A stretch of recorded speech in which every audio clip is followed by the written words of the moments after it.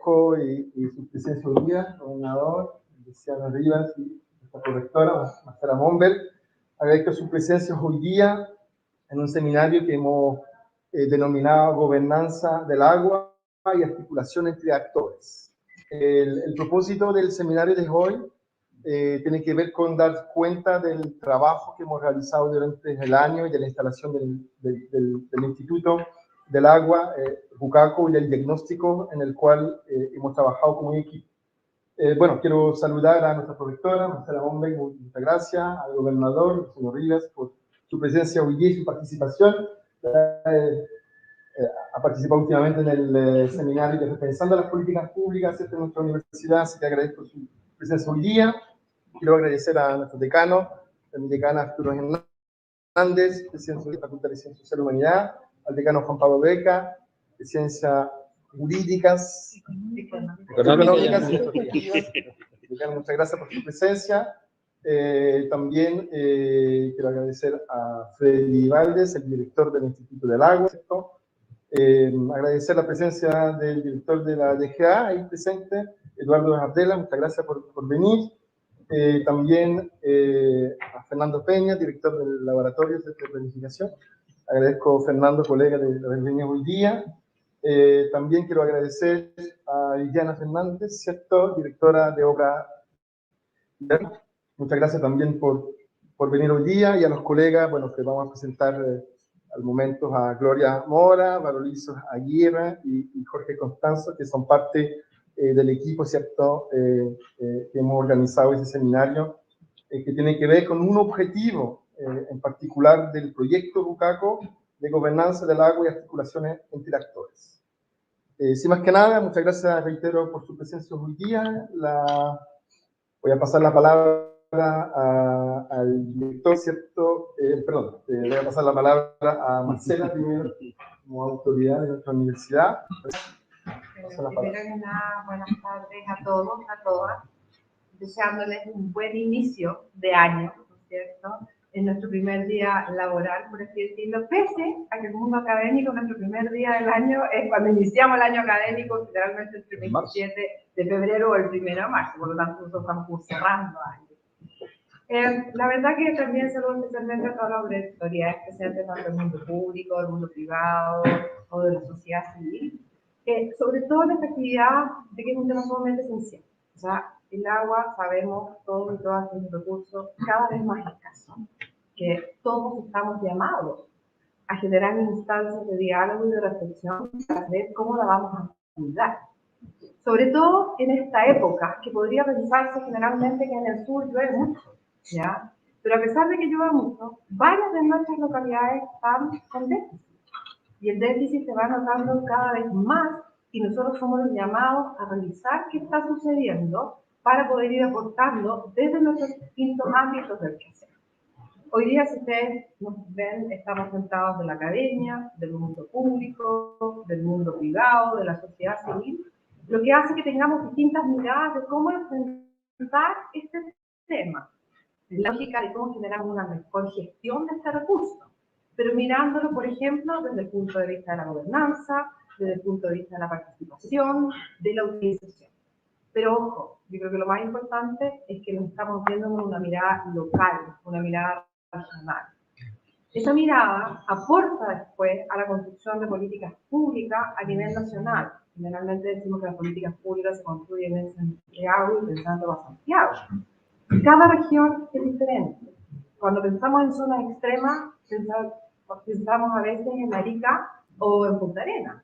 Pero nosotros también somos una zona extrema, en un índice concreto de vulnerabilidad. Por lo tanto, en esa lógica estamos conversando, estamos aportando para ver cómo nos van a mirar en lo que significa la construcción de políticas públicas en este momento y en lo que significa la utilización de esto. Así que sean todos bienvenidos a nuestra casa de estudio y vamos viendo cómo se va desarrollando la conversación.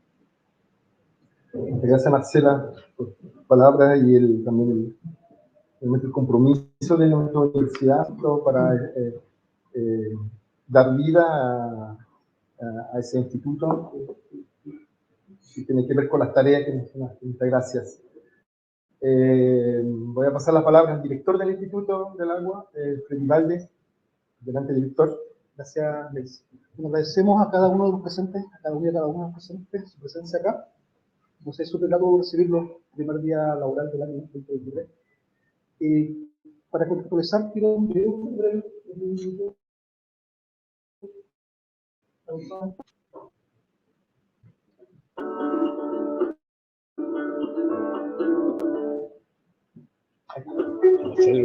se olvidó?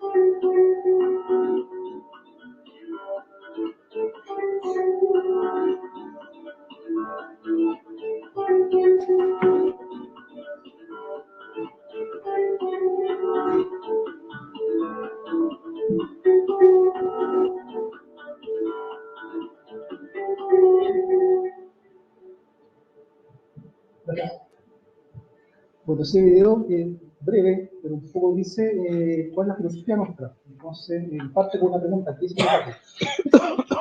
Ucapo, en el sentido más pragmático, es un proyecto MESASUB, está orientado a priorizar lo que tenemos en el desafío, de que es gestionar el agua de un modo más sustentable, más responsable.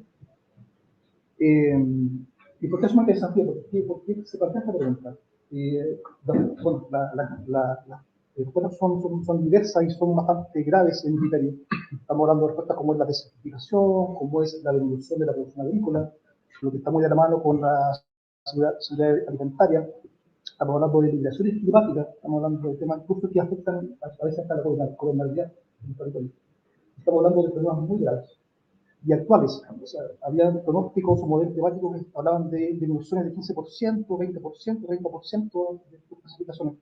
En comunas de esta región, comunas de Vallejo, disminuciones de 40% al día de hoy, 50% en algunas zonas. Entonces estos modelos se quedaron cortos. El cambio climático es una realidad que nos pega muy fuerte y nos pega ahora, y va a seguir haciéndose más profundo.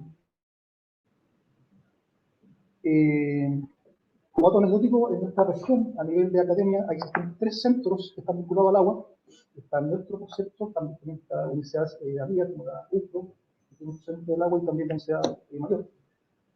Los nombré a propósito para poner el contrapié. ¿Por qué nos diferenciamos de ellos? Y por eso es tan relevante esta reunión de hoy que nos convoca. Nuestro instituto tiene una naturaleza interdisciplinar. Y esta complementariedad de disciplina creo que es nuestra fortaleza. Estamos convencidos de que es posible trabajar de manera interdisciplinar y sobre todo creemos que es necesario trabajar de manera interdisciplinar. Lo que van a mostrar hoy día nuestros colegas, no quiero adelantar nada, pero dice relación con tópicos que no se verían, que serían invisibles si no se trabajara de esta manera interdisciplinar. O sea, que tenemos académicos de facultad de salud, ciencias jurídicas y ciencias sociales. Trabajando de esta manera interdisciplinar se han logrado ver cosas que, viendo los puntos de vista solamente de los recursos, o de la gestión, o de la ingeniería, o de la ecología, no se verían. Y son tremendamente importantes y son variables explicativas que en el fondo responden o dan el porqué del fracaso o del éxito de inversiones gigantes. O sea, el año pasado, 2022, el presupuesto para riego fue de 17.000 millones de pesos. Acá en la región, solamente en la región. No se ejecutaron todos, pero estamos hablando de esos niveles de dinero. Decenas de miles de pesos. Y muchas veces fracasan estas inversiones gigantes por temas como que van a mostrar Gloria, Blaise, Valoriza y Jorge. Me quiero adelantar, pero yo quedé muy sorprendido por los resultados. Así que, nuevamente, reiterarme mi gratitud por su presencia y ojalá que sea un seminario muy productivo. Una vez que presenten, tendría que ser como un periodo para hacer consulta y futuro. Gracias.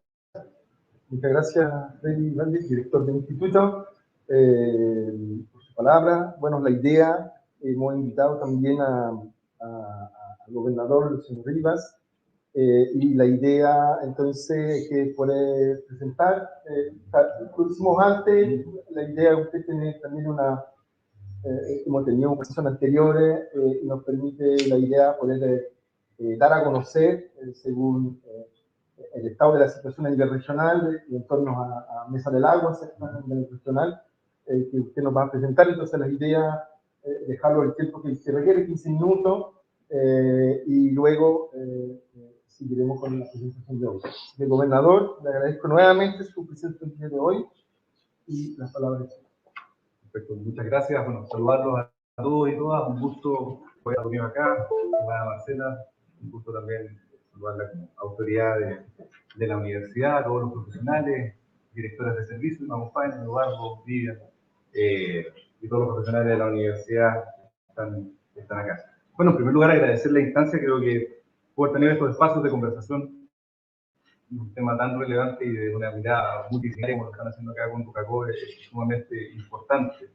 Para nosotros como gobierno regional, el tema del agua no solamente lo enfocamos desde un punto de vista hoy día de una necesidad, que es donde muchas veces más se nos ve articulando, que es desde el punto de vista de la generación de los APR o de las alternativas sanitarias que podemos entregar a las 32 comunas de nuestra región de la Araucanía, sino que mirarlo desde este punto de vista de contexto mucho más global, y es lo que voy a entrar después en esta generación de la mesa del agua que empezamos a liderar desde este año. Porque como bien decían ustedes, o sea, hoy día el tema del recurso hídrico no solamente lo vemos para el consumo humano, sino que también desde el punto de vista productivo, desde el punto de vista medioambiental y desde el punto de vista legal, que también es tan relevante, y donde también las diferentes miradas son tan claves para poder generar algo que para nuestra región, por un lado, siempre digo yo, tiene que ir en la línea de una buena política para mejorar la calidad de vida de las personas, pero también entendiendo este recurso, que es el recurso que nos puede dar posibilidad de dar un salto desde el punto de vista de la productividad en nuestra región, y también ser mucho más competitivos, y también la visión que tenemos que darle a la región de la Araucanía. Yo traje una presentación para que la veamos. Perfecto, gracias.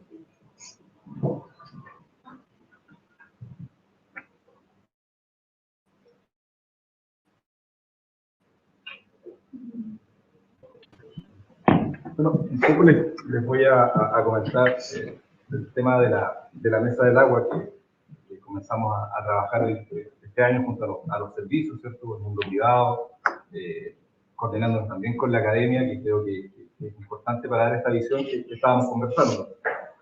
Un poquito de una reseña histórica, principalmente enfocado al tema de los APR, que es donde está también Vivian, es donde prácticamente más participamos y somos los dos actores relevantes en la ejecución de estos proyectos, que es la Dirección de Obras Hidráulicas y el Gobierno Regional. Pero un poquito de historia, el año 2000, ¿cierto? Se incluye el proceso de traspaso de la DIRPLAN a la DOH de estos proyectos. Nosotros como Gobierno Regional, el año 2004, y entendiendo la necesidad que existía como región de poder llegar a los diferentes territorios de la Araucanía con estas soluciones que son las aguas potables rurales, se involucra y se empieza a trabajar con los diseños que estaban siendo en ese momento ejecutados por ESAT. El año 2007, el gobierno regional en conjunto con la Seremi de Desarrollo Social se empieza a trabajar en cómo aumentar esta cobertura y generar una cartera ya de largo plazo, ¿cierto? Creando una unidad dentro del gobierno regional que está dentro de la División de Infraestructura y Transporte, que tiene que ver con el saneamiento y agua potable rural. Aquí, antes de pasar esta reseña histórica, yo creo que bien lo decía nuestra prorectora acá, esta mirada también de cómo hacemos la discusión de nivel local, de nivel con una visión regional, y que también es tan importante lo que decía tú, esta visión que tenemos que dar de que no en la región, no en todas las comunas de la región de la Araucanía y no en todos los sectores tenemos la misma problemática. O sea, la problemática que tiene Malleco, en la zona, por ejemplo, de Capitán Pastene, Lumaco, es distinta a la que pueda tener nuestra zona de Araucanía Lacustre, por ejemplo, o la costa. Entonces, esta mirada también que podamos dar desde el punto de vista local, descentralizada, y poder enfocarla en los diferentes territorios, que también es tan relevante y es parte también del trabajo en el cual estamos, incluso desde el punto de vista de las calidades de agua, cuando hablamos de peor. Los problemas que muchas veces tenemos en la costa, con temas incluso de salinidad, en los APR es distinto de lo que uno puede tener en la región en las zonas más amplias de la acá. Un poco quería poner este mapa porque habla de cuál es la realidad que existía el año 2012 en la región de la Araucanía con las infraestructuras existentes de agua potable rural. Ustedes se puede haber destacado, no sé, en la ribera de forma relevante, obviamente desde Temuco hacia la costa, todo lo que podríamos hablar de la zona imperial, ¿cierto? Que tenía una cobertura relativa, en algunos lugares de Malleco, que también procedía ya con escasa participación de los aguas potables rurales en ese momento. ¿Cuál es la situación en la cual nos encontramos el programa Agua Potable Rural, hablando de lo que hace obviamente la Dirección de Obras Hidráulicas, que es dependiente del MOP, y los fondos del SNR del Gobierno Regional de la Araucanía? Podemos ver cómo se ha ampliado esta cobertura, donde tenemos proyectos en rojo, que son todos los proyectos que ya están existentes, en naranjo proyectos que están hoy día en ejecución, los azules son proyectos que están en etapa, y en los proyectos en amarillo, que son los proyectos que están en prefactibilidad.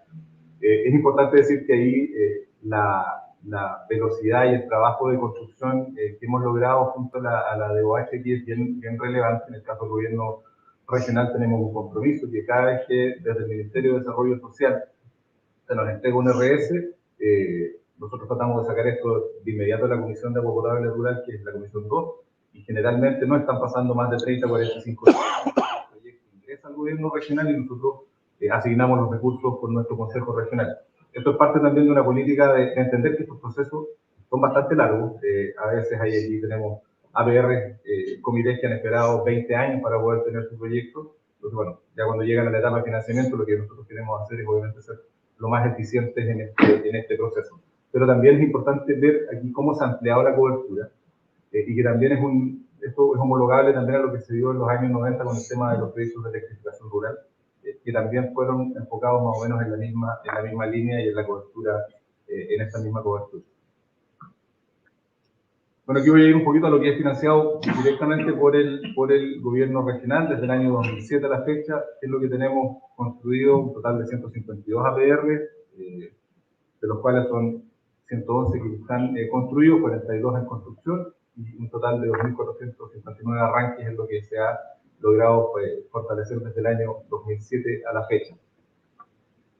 Pero también quise agregar, y esta es una lámina que después podemos conversarlo un poco más, y también se hablaba de lo que es un poco qué es lo que estamos haciendo desde el punto de vista de este trabajo también desde la visión más productiva, cómo estamos trabajando, por ejemplo, en programas donde nos estamos vinculando con otros servicios, en este caso con CNR, con la Comisión Nacional de Riego. Tenemos un convenio integral de gestión por más de 4.000 millones de pesos, que va principalmente en buscar alternativas de riego distintas a la pequeña agricultura y poder trabajar con ellos.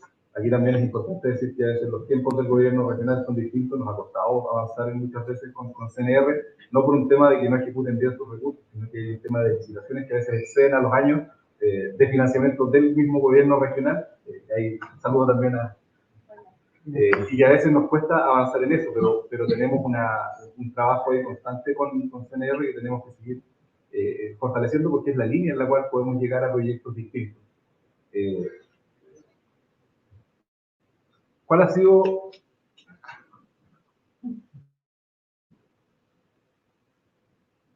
un poco aquí lo que quiero es graficar cómo se ha movido la inversión realizada desde el año 2010 al 2022, tanto desde el punto de los APR, ¿cierto?, de los PMD y otros. Vemos, por ejemplo, que el año 2018 hubo más de 20.000 millones de pesos que se ejecutaron en esa línea. Aquí es importante decir que tanto la DOH como el gobierno regional más o menos ejecutan la misma cantidad de recursos de forma anual. Y se ha movido, podemos ver el salto desde el año 2015 en adelante, donde se ha podido avanzar mucho más rápido con este tipo de inversiones, logrando obviamente mejor cobertura. Y yo creo que tiene que ser la dinámica en la cual debemos seguir. Yo creo que aquí tenemos otros desafíos que va a quedar para la discusión, no solamente mirando desde el punto de vista solo de el APR como una solución, sino que yo creo que ya existen otras tecnologías que de repente hay lugares que es complejo, porque ustedes entienden que la APR es una red de agua potable, a veces tenemos que dar soluciones individuales en algunos sectores, pero hoy día ya se habla de, solo por ponerlo sobre la mesa, captura de agua atmosférica, otro tipo de iniciativas que yo creo que ya uno tiene que empezar a revisar para poder dar mejor cumplimiento a la demanda que tenemos principalmente en los sectores rurales. Aquí cuando también se habla del PND, muchas veces mejoramientos que se hacen en los sectores urbanos, donde también tenemos sectores que no cuentan con agua potable rural de libre disposición. Un poquito aquí de la política de recursos hídricos. Bueno, todos sabemos que siempre se ha visto la región de la Araucanía como una región que tiene una gran cantidad de recursos hídricos. En algún momento se habló de que esta región manejaba el 25% de las aguas continentales del país, que es una cifra obviamente muy importante, pero si no tenemos una buena política en esa línea, si hoy día no tenemos proyectos de infraestructura que sean acorde a las necesidades que también tenemos, y que por eso es tan importante cuando uno le da esta mirada multidisciplinaria, porque lo que muchas veces pasa en las regiones es que somos una región que tiene cuencas importantes, la de Tortel, ¿cierto? La cuenca de Cautín, pero que no tenemos grandes proyectos donde podamos, por ejemplo, recuperar aguas de estos ríos. No solamente, yo creo que también ahí va cómo logramos ampliar un poquito la visión. Uno cuando habla de proyectos de infraestructura hídrica, la gente de inmediato piensa en embalse. Yo creo que hoy día la tecnología es distinta y lo que tenemos que pensar en otras alternativas, sin descartar ninguna, pero ya estamos en el año 2023 y aquí no tenemos una política clara de una política de visión de mediano y largo plazo, cómo vamos a enfrentar la situación que tenemos como región. Y bueno, lo que les decía, a consecuencia del cambio climático, un tema que ustedes conocen mucho mejor, se prevé que hacia el 2050 las temperaturas medias aumenten, ¿cierto? Y disminuyan obviamente los caudales que existen en nuestra región de la Araucanía. Bueno, los objetivos de la política y sus lineamientos estratégicos, obviamente impulsar el fortalecimiento de la institución regional relacionada con el desarrollo de los recursos hídricos por cuenca hidrográfica. Esta región, como región, nosotros tomamos la cuenca del Tortel para hacer el trabajo de estudio de cuenca, ampliar aceleradamente la cobertura agua potable y saneamiento rural, que es lo que les comentaba antes, que claro, yo hablé solamente de APR, pero el objetivo de la APR al final es, cuando uno entrega una APR, por un lado, uno mejora la calidad de vida de las personas, entrega el agua obviamente de libre disposición cuando abre la llave, pero también cuando hablamos del fomento productivo, cuando uno entrega APR, entrega una solución sanitaria. Si alguien quiere emprender, puede ir a una solución sanitaria, que es siempre esa patita que a veces no se ve, pero que es tan relevante cuando uno quiere sacar adelante muchos proyectos en la región. Aumentar el área de bajo riego, obviamente, con énfasis en comunidades indígenas y pequeña agricultura, mejorar la calidad de agua y manejo y conservación de los ecosistemas reguladores de las fuentes hídricas de las cuencas y subcuencas, y desarrollar programas de formación y de capacitación permanente a profesionales técnicos y usuarios vinculados a la gestión del agua. Y es importante también mencionar un proyecto que sale desde el gobierno regional con el Consejo Regional, que es la formación de hidrólogos para la región. La región de la Araucanía no hay una gran cantidad, sería ideal. Y cuando uno da esta visión de una estrategia hídrica, bueno, poder tener al menos un hidrólogo por comuna sería como que habla también de este proceso que les decía, de cómo miramos descentralizado también, y con las necesidades que tiene cada una de las comunas.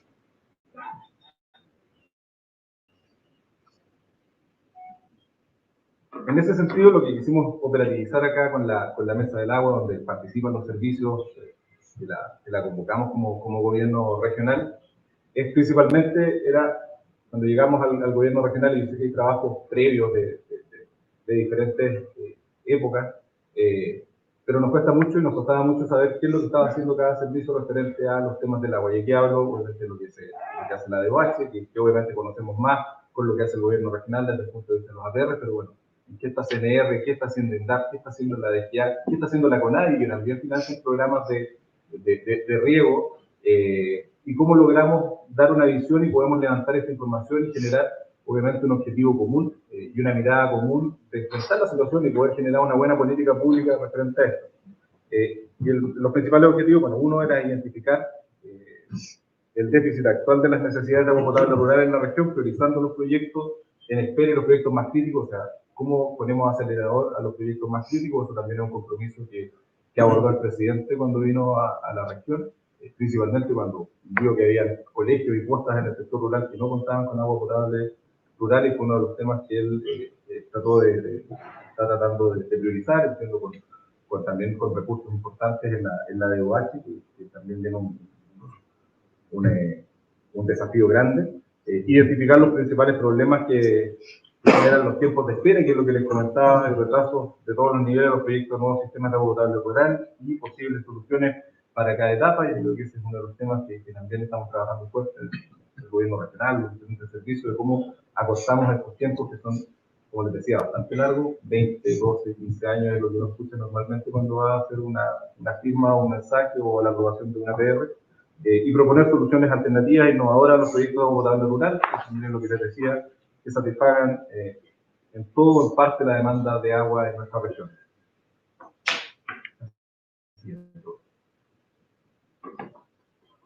¿Cuáles son los ejes de trabajo? Por lo mismo, ya algo les adelantaba, con la formación de equipos de trabajo, donde están participando los equipos de los diferentes servicios, también el sector privado, invitamos a los gremios agrícolas a participar, a la gente de la sanitaria. Punto 1, obvio que es lo más relevante, el agua para consumo humano. Punto 2, agua para uso productivo. Punto 3, manejo medioambiental, y aquí entra todo el tema de cuencas, también proyectos de reforestación. Y hay un tema bien importante cuando uno habla de manejo medioambiental. Muchas veces nosotros nos vemos por la cantidad de agua que estamos sacando de todo el sistema. Bueno, pero yo creo que nos falta también una visión de un poco de protección de acuíferos en ese sentido, no solamente cuando uno hace una PR, sacar el agua, sino que tratar de buscar alternativas. Hay proyectos en esa línea de generación de algunos tipos de bosques o con algunas especies nativas, de poder hacer algo más de captura de agua. También pensar en la captura directamente e inyección de recursos que en otros países también se hace. Y 4, como les decía, el tema del marco normativo, que obviamente es muy relevante. Eso más o menos son las líneas en las cuales como gobierno regional quisimos levantar esta mesa del agua. Creemos que, y por eso valorar esta instancia, porque creo que el tema hay que empezar a mirarlo un poquito más amplio. Obviamente tenemos roles distintos. Nosotros en el tema estamos generando hoy día una línea y una visión común, trabajando en esta mesa junto a los servicios, junto a la academia, junto al mundo privado, al sector productivo, para poder generar buenas herramientas y buenos instrumentos que solucionen los problemas definitivamente del tema del agua.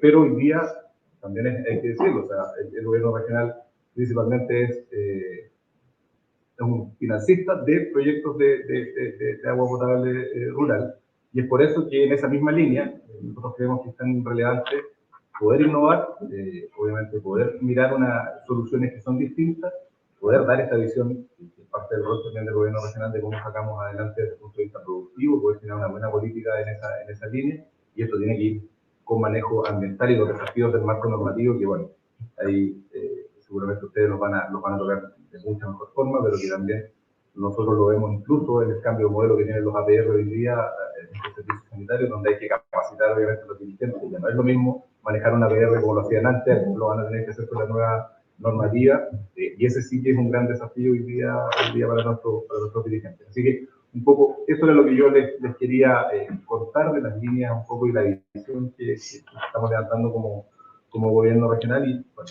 reiterar mis felicitaciones a ustedes. Muchas gracias. Muchas gracias, gobernador, por su presentación. Y bueno, claro, entiendo que tenemos interés, evidentemente, nosotros como instituto de poder participar de la mesa regional federal. Muchas gracias, gobernador. Y bueno, la idea que nos toca a nosotros, el equipo que está compuesto por Cierto Gloria, María Luisa, Jorge, quien habla. Vamos a presentar el diagnóstico que hemos realizado en torno a la problemática de la gobernanza del agua, y nosotros, la formación también, y el eje, tiene que ver que uno el Instituto Toca, y la información de la agua, nosotros nos interesaba discutir, analizar, problematizar uno el concepto de gobernanza del agua y poder tener una suerte de un grupo de articulación de actores.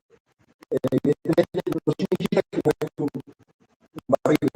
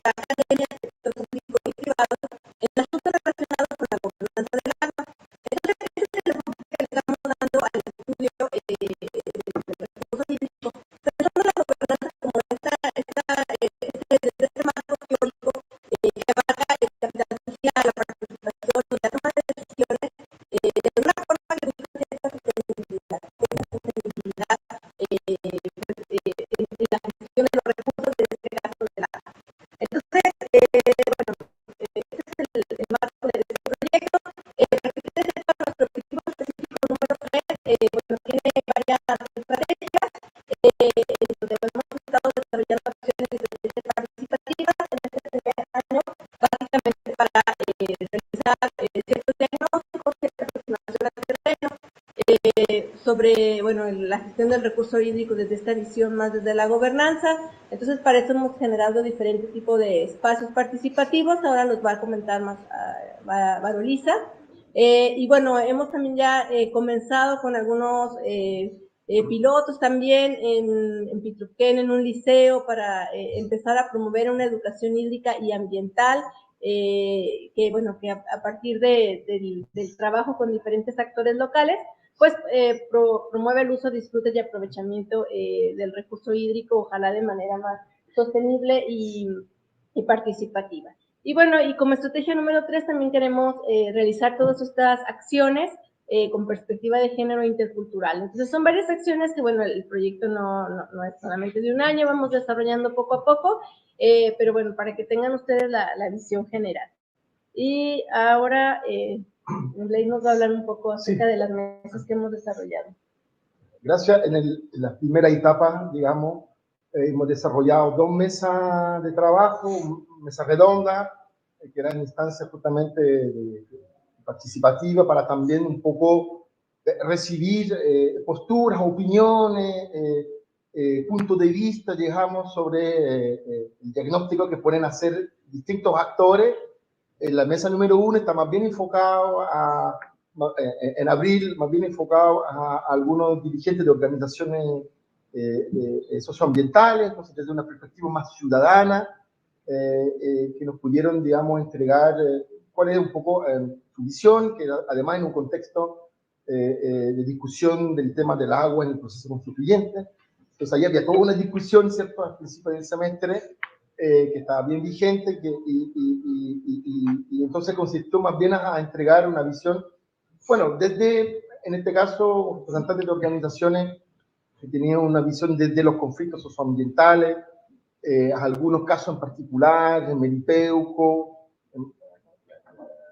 en particular en Curarrehue también, si no me equivoco, y bueno, había evidentemente una postura, hay algunos nudos críticos que voy a destacar un poco después. Pero el propósito de esa primera mesa era tener un insumo desde algunos actores de la sociedad civil, y la segunda mesa era más bien tener una reunión de trabajo con actores del sector público, había gente de la DGA, había gente de INDAP, ¿cierto?, de la dirección de INDAP que estaba presente, que más bien ahí nos interesaba un poco cuál era el diagnóstico que podrían hacer esos servicios públicos en cuanto a los recursos hídricos.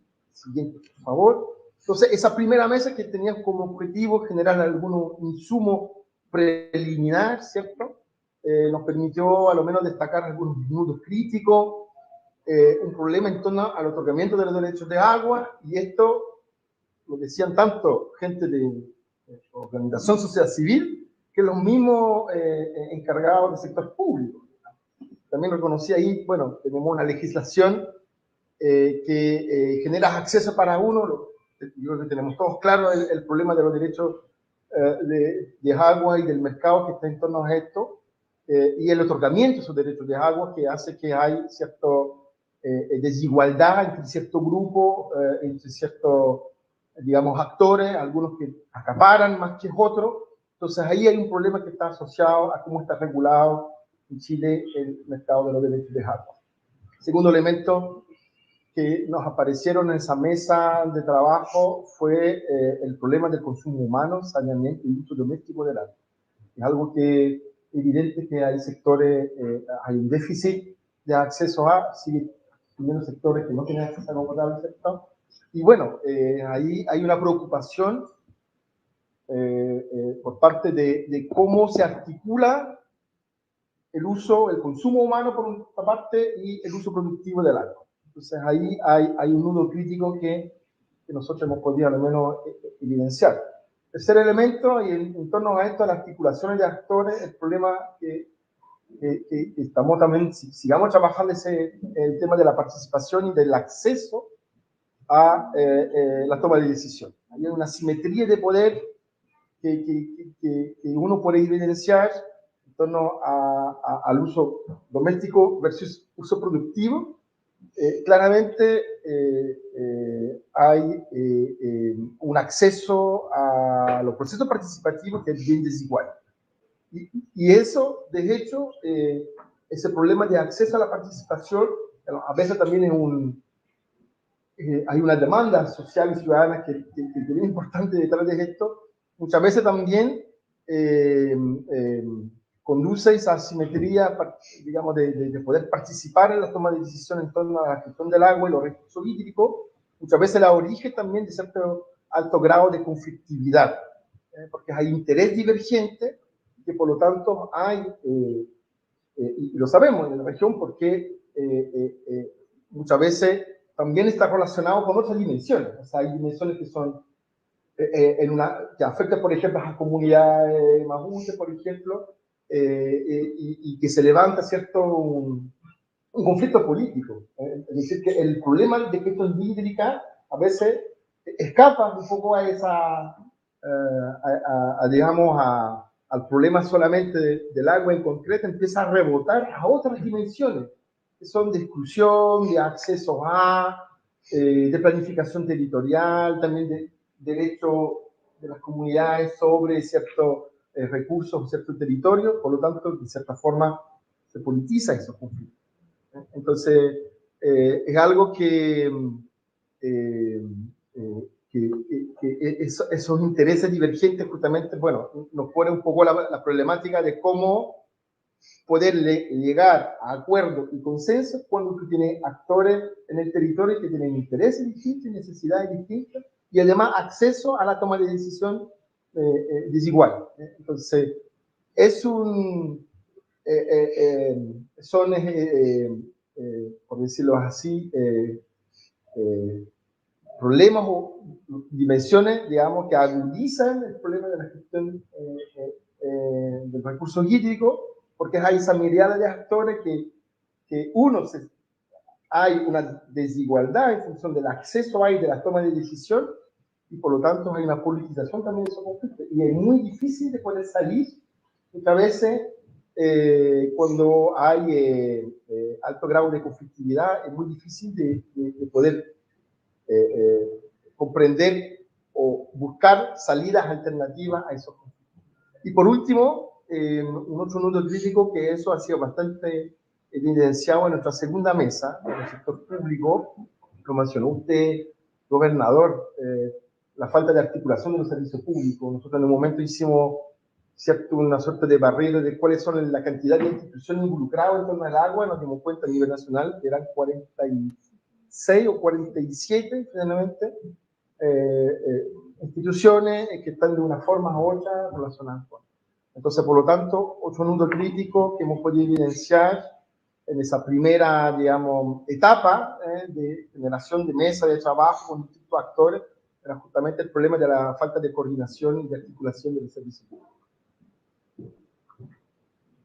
Luego, bueno, eso era una primera etapa, ¿cierto? Que a partir de que nos ha generado cierto insumo y que nos ha permitido trazar nosotros una ruta de diagnóstico sobre brechas de articulación entre actor, sociedad civil, academia, sector público y privado, que ha conducido un poco a esas cuatro hitos, una revisión bibliográfica, entrevistas a sociedad civil, a sector público y luego que nos permite tener también una síntesis en ese recorrido. Entonces, a partir de ese insumo inicial, hemos elaborado ¿cierto? Una metodología de trabajo y cierto hito para generar ese diagnóstico de derechos. Adelante. Y aquí entonces vamos a presentar la metodología de trabajo que hemos generado a partir de este instante. Adelante, Jorge, te entrego la palabra. Vale, muchas gracias, Blaise. Como bien indica Blaise, a partir de este insumo de las mesas de trabajo, diseñamos una estrategia metodológica que nos permita levantar la información necesaria para responder al objetivo que mencionaba Gloria. El diseño principalmente es de carácter cualitativo, en donde se llevaron a cabo principalmente dos estrategias metodológicas, que es la revisión bibliográfica, que tiene como propósito algo súper relevante que mencionaba la prorectora, el gobernador Estedi, y es que el fenómeno de escasez hídrica, si bien se presenta en un escenario global, este tiene particularidades donde se expresan cada uno de los territorios. Por tanto, esta primera aproximación desde la revisión de información secundaria tuvo como objetivo poder identificar el vacío de conocimiento existente en torno al fenómeno de escasez hídrica y las distintas estrategias que se abordan para poder hacer frente a este fenómeno. En segunda instancia, a partir de esta identificación del vacío de conocimiento, elaboramos un proceso de levantamiento de información primaria con un diseño piloto en una escala local que nos permitiera justamente poner a prueba este instrumento que nosotros diseñamos desde este vacío hacia las particularidades territoriales, en este caso de la comuna de Saavedra, en donde aprovecho de saludar a Carla Carrasco, quien es la encargada de agua potable rural de la comuna de Saavedra, que nos ayudó bastante en el desarrollo de lo que le vamos a presentar a continuación. El diseño, bueno, finalmente, a partir también de la revisión, tanto secundaria como primaria, se desarrolló un análisis desde el enfoque intercultural y el enfoque de género que nos permita dar cuenta de los resultados, como les decía, que vamos a presentar, que tenga estas características. Siguiente. Bueno, desde estos enfoques, cómo nos permitieron de alguna forma constituir una especie de lentes que nos permitan interpretar aquello que nosotros fuimos evidenciando. En primer lugar, el reconocimiento de las diferencias entre hombres y mujeres, el reconocimiento de las desigualdades de género, y desde el punto de vista del enfoque intercultural, también dos reconocimientos, en este caso de las diferencias de conocimiento, como también de los diferentes usos que se puedan realizar respecto de lo que el agua significa. Estos dos enfoques, como yo les mencionaba, constituyen más bien un aspecto de análisis o que nos colabora en el análisis de la información que recabamos, en donde yo voy a presentar fundamentalmente la primera parte de revisión bibliográfica que nos permitió identificar este vacío de conocimiento. Siguiente, por favor. Dado que, como les indicaba, este fenómeno de escasez hídrica, como todos sabemos, es un fenómeno de orden global, como bien mencionaron ustedes, pero que tiene expresiones locales, que tiene expresiones en los distintos territorios de forma local. Es decir, que tiene particularidades tanto ambientales, territoriales, políticas, económicas, como culturales y humanas, por tanto. La bibliografía o la literatura reporta algunos elementos esenciales, como por ejemplo algo que da cuenta de la importancia de esta temática, que va a ser un recurso vital, es un aspecto que se indica tanto por organismos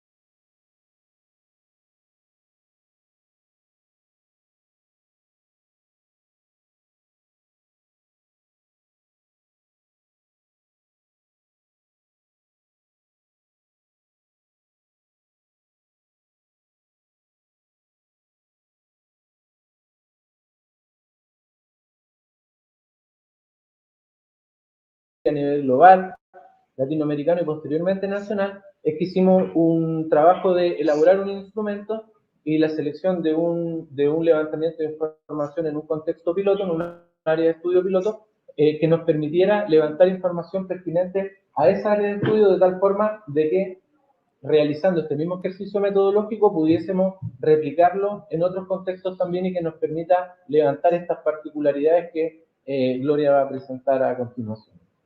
Sí, bueno, lo que les vamos a comentar ahora son básicamente pues nuestros resultados preliminares a partir del trabajo de campo, pero que están muy relacionados con lo que ya comentaba Jorge a partir de la revisión de la literatura. Básicamente lo que hicimos fue operacionalizar el trabajo a partir de 3 conceptos: capital social, participación y brechas territoriales.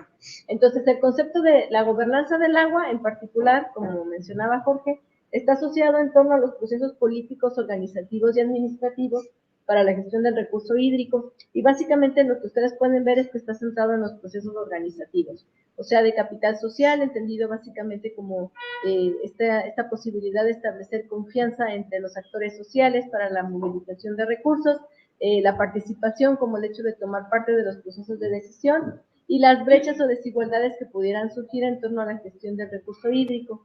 Entonces, en particular, en cuanto a capital social, bueno, ahí lo que está en medio dice es el rol mediador de los derechos de agua y el mercado.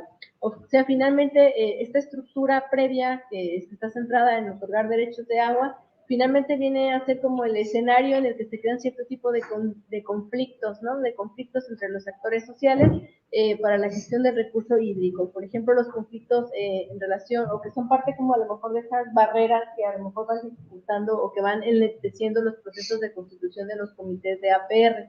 Los otros, bueno, con cuestiones como la desconfianza vecinal, la comunal e institucional.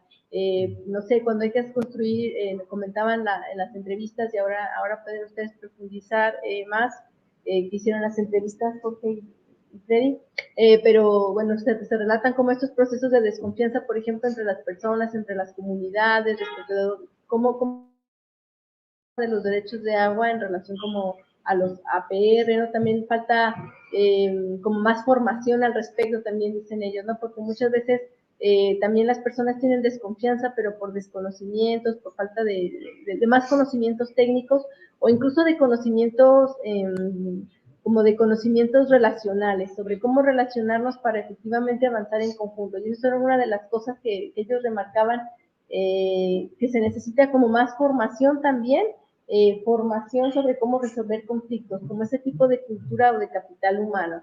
Hay un rol clave de parte de los programas públicos y en general yo pensaría, y también por las entrevistas, que son bien valorados, por ejemplo, las acciones del municipio o del gobierno regional. Hay confianza de alguna forma de la ciudadanía hacia que estos son actores clave a través de los cuales se puede llegar a resolver ciertas situaciones, a pesar de que, bueno, la relación puede ser a veces conflictiva.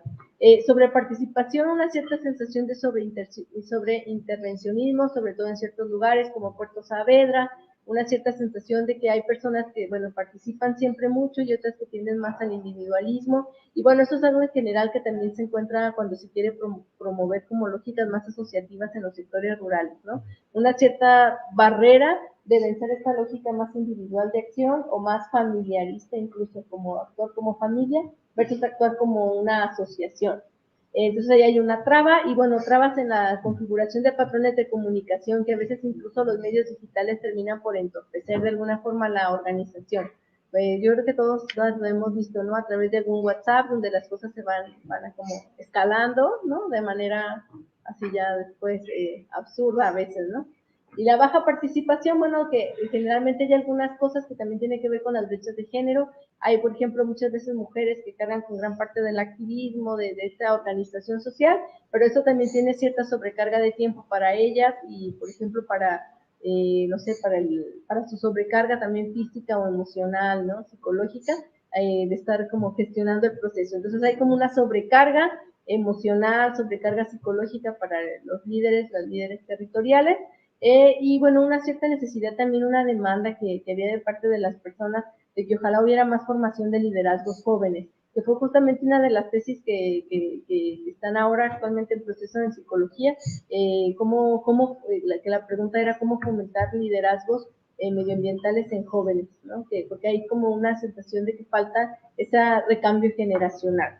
Por supuesto, siempre está el tema de la disponibilidad de agua, que es como la piedra angular, pero como en este entramado social que va dificultando los procesos para avanzar, ¿no? Luego tenemos ahí algunos testimonios. Ahí están, atrás. Algunos testimonios, ¿no? Por ejemplo, dice, el tema es la parte social, porque la gente se pelea por cualquier cosa, se molestan por cualquier cosa, hay mucho individualismo, la gente que no quiere trabajar asociado. Volvemos a lo mismo, que es como la disponibilidad. Si tuviéramos la disponibilidad, podríamos haber construido sistemas. La primera parte se hablan obviamente de problemas para generar asociatividad, que bueno, es un tema también ahí recurrente sobre cómo resolverlo. Dice un malestar, más bien malestar, porque tampoco van a entorpecer el ritmo que nosotros llevamos, no nos afecte nada, pero es que dan rabia los comentarios que hacen, sobre todo en WhatsApp, dice, y la demás gente se molesta igual, que el grupo de WhatsApp no es para eso. Ahí hay algunos elementos que se fijan como fortalezas, confiamos en la municipalidad. Hay un cierto nivel interesante también de los servicios privados, ¿no? Como de agua araucanía, que de alguna forma también las personas como que tienen una relación a lo mejor compleja o contradictoria, porque por una parte es un recurso para movilizar y avanzar, pero por otra parte pues también está siempre la atención de la diversidad o divergencia de intereses al respecto. Entonces, bueno, hay algunos testimonios, no sé si tú, Freddy, quisieras complementar. Bueno, varias cosas. Una de los comentarios que hizo una señora PR del sector Judy era que la gestión de esta PR se planificaba o se promovía o mejoraba en función de la cantidad de agua que usaban los vecinos. Entonces ella promovía que los vecinos usaran más agua, así que pagaban más y podían gestionar mejor el APR. Y eso lo encontré un poco contraproducente también, porque si la gestión se está promoviendo desde el punto de vista de la demanda, realmente estamos haciendo un uso un poco responsable del agua. Entonces ahí siento que falta un poco de educación ambiental. Cuando se entrega el proyecto APR, debería acompañado quizás de una capacitación, elementos de sustentabilidad, tema de balance hídrico, oferta-demanda, cosas de ese tipo. Algo súper sencillo. Y otra cosa que me llamó fuertemente la atención, que los APR que estaban manejados por mujeres eran los que estaban mejor funcionando, al menos en el sector costa. Nos cuenta con números que estaban mejor administrados, mejor mantenido, su solvente era el que estaba más bonito. Entonces, igual, ese punto de vista me llamó la atención. Esos son los tópicos que hay que usar, pero muchas cosas más, pero justamente no puedo decirlo. Sí, fue de forma transversal la demanda de generar instancias que permitan adquirir herramientas que aumenten el capital social focalizado a las organizaciones de agua, no organizaciones de forma neutra, sino que organizaciones de agua, en cuanto a canales de comunicación, administración económica, resolución de conflictos y sensibilización ambiental. De las distintas entrevistas que pudimos realizar y también el trabajo en terreno, creo que eso fue un aspecto que de alguna manera nos permite proveer información no distinta del todo, pero sí muy bien complementada a la que existe en torno a este fenómeno de la escasez hídrica, de cómo las organizaciones demandan la posibilidad de adquirir herramientas para sus organizaciones de agua que tenga características para el funcionamiento de esas organizaciones y la sustentabilidad, destacando probablemente la formación en aspecto económico y la formación del liderazgo joven, de nuevo liderazgo, de cómo sensibilizar a la juventud. Exactamente, yo creo que ahí el tema está el de la sustentabilidad de las organizaciones y de las personas también, porque finalmente hay también cierto desgaste respecto de las personas que más participan, ¿no? Y eso finalmente son situaciones que se van después traduciendo en como sobrecarga para algunas personas, en, no sé, problemas físicos, psicológicos. Yo creo que eso es otro aspecto importante, el tema de cómo hacer la situación sostenible. Yo creo que eso es algo importante. Y estas son algunas reflexiones que hemos tenido en mente para lo que queremos plantear como plan de acción, que es lo que nos va a comentar Barolisa, sobre cómo seguir avanzando a partir de estas reflexiones. Bueno, el siguiente paso que vimos fue el plan de acción para formar una mesa de diálogo. En lo que nos basamos fue primero en un cambio en el territorio e implementando educación ambiental enfocada en el recurso hídrico. Para esto, lo primero es conseguir la cohesión de los intereses. Para poder que el territorio funcione y articular los actores, tenemos que encontrar los intereses comunes. Y esto es un propósito común, además hacer un plan de acción que sea definido también con el territorio. Métodos claros y un presupuesto también para poder manejar y llegar al plan de acciones de formar esta mesa de diálogo. Para eso nosotros hicimos 4 pasos. Creamos 4 pasos, que el paso 1 es el conocimiento del territorio, que lo visualizamos a través de justamente el trabajo que acaban de exponer y que tiene que ver un poco con lo que sigue también el paso 2, que es la planificación, diseño y difusión del programa. El paso 3 es la implementación y el paso siguiente, número 4, el seguimiento, monitoreo y evaluación de la implementación. Todos estos pasos a través de un enfoque de género y generacional.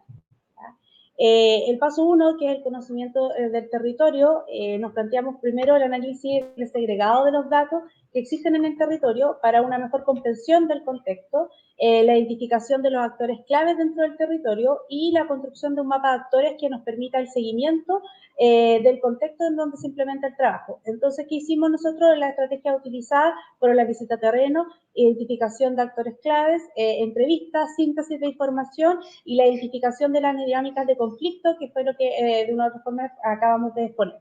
En el paso 2, y que en el que nos encontramos actualmente, que es la planificación, diseño y decisión del programa, lo primero fue, bueno, planificar y acordar las acciones a implementar, definir el contenido del proceso, su objetivo, los tiempos y la agenda en general, y seleccionar también a los actores que podrían ser dialogantes dentro del proceso. ¿Ya? Y para esto nos planteamos, de acuerdo al diagnóstico, 2 creaciones de protocolo, que es un protocolo de buenas prácticas en la comunicación, tanto en la vía presencial de instancias de diálogo como la utilización de herramientas digitales. Esto a raíz de las mismas entrevistas, donde un factor común fue justamente poder enfrentar los procesos de diálogo, sobre todo a través de herramientas digitales, que para ellos era muy dificultoso, tanto por un tema de mala interpretación del diálogo, pero también por un tema de generacional, en donde encontramos también dentro de las entrevistas que la mayor cantidad de los dirigentes eran adultos mayores. Entonces eso generaba también dificultades en asistir a reuniones, dificultades en el manejo de la tecnología. Por lo tanto, también ahí se crea nuestro siguiente objetivo, que es la planificación y el diseño de un protocolo para la formación de jóvenes líderes medioambientales. Cómo nosotros llegamos a los jóvenes a motivar y que haya el recambio generacional dentro de las comunidades. Y lo que nos queda también ahora entonces como desafío es el paso 3, que es la implementación. Y acá tenemos como factores claves convocar al diálogo, preparar los eventos, o sea, hacer una ruta metodológica y logística de los aspectos asociados de cómo vamos a llegar al territorio, poner en movimiento el diálogo, que es lo principal, en un espacio seguro, aplicando además ciertas pautas para su desarrollo y definiendo la estrategia de comunicacional hacia adentro. Y por último también el paso 4, que es el seguimiento, monitoreo y evaluación de implementación, en donde se entenderá por seguimiento que es el proceso continuo de recabar información que permita reflexionar valores, los avances logísticos que se van teniendo. Y aquí es importante, el paso 4 lo vemos como un paso transversal. Si bien lo pusimos al final, el poder hacer el monitoreo y el seguimiento constante nos da la oportunidad de poder hacer una evaluación y una mejora dentro de la implementación del proceso. Esto entonces nos indicaría la elaboración de reportes, una retroalimentación al equipo y elaboración de documentos de apoyo para futuras experiencias. Muchas gracias a todos por su atención. Bueno, muchas gracias. Aquí termina nuestra, digamos, presentación de diagnóstico con esa conclusión, un poco la ruta que nos queda para el 2023, 2024, el plan de acción, plan de trabajo. Así que agradecemos su atención y la idea ahora es poder dejar un espacio de diálogo, comentarios.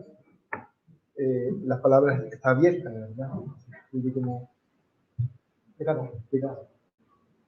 me llama la atención que hagan referencia a la declaración de Dublín. en 1992, se cumplen 30 años de esa declaración. Esa declaración fue hecha en un ambiente completamente distinto. Si bien se habló de la gobernanza del agua, la declaración de Dublín consideró que el agua era un bien económico, no un derecho humano. No era una cuestión menor.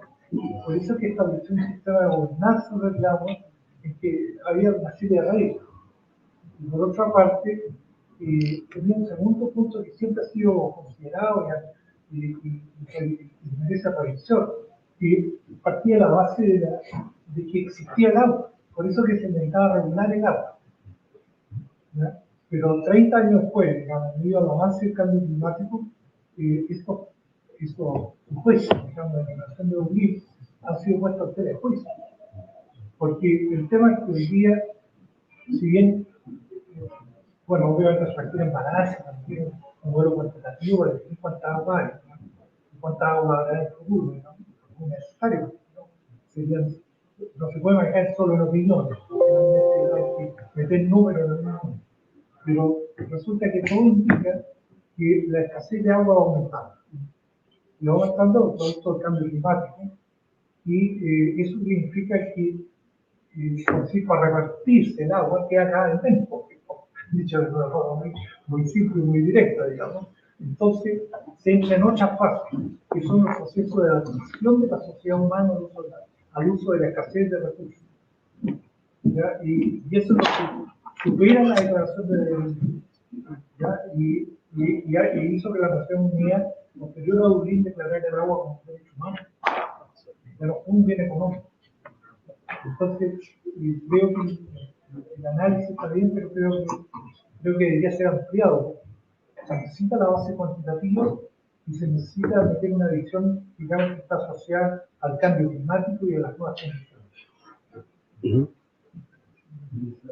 Sí, no, justamente, solamente se indicó como reporte de la literatura como inicio del posicionamiento a partir de la declaración. Y justamente en la actualidad, por ejemplo, la gobernanza adaptativa cobra mayor relevancia en los procesos de gobernanza del agua a partir de lo que usted bien indica, de ampliar la visión de la problemática. Solamente se indicó como punto de inicio que reporta la literatura del posicionamiento del tema. Sí, primero quiero hacerme cargo de lo que plantea el decano. La Agenda 2030, que fue promulgada por las Naciones Unidas en el año 2015, 192 países, digamos, tuvieron disponibles para la firma de este acuerdo, establece, entre otros, en su artículo 6, ¿ya?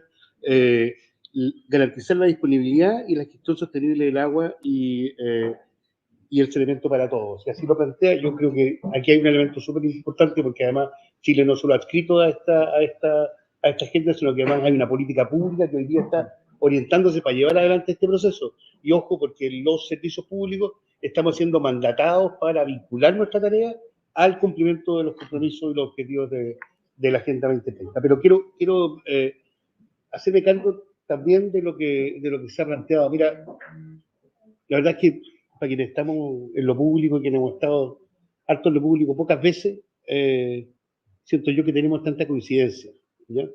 Y además, si me permiten decirlo, pocas veces el servicio público tiene tan buenas noticias como las que yo voy a dar ahora.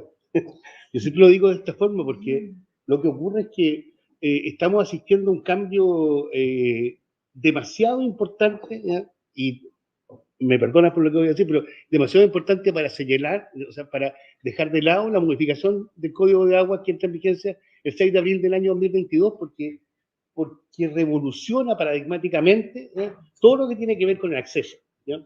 Y yo diría que hay dos elementos que son aquí consustanciales a la tarea que hoy día tenemos. Primero, abordar desde la perspectiva, digamos, del análisis y de la decisión, lo que es la disponibilidad, ¿ya?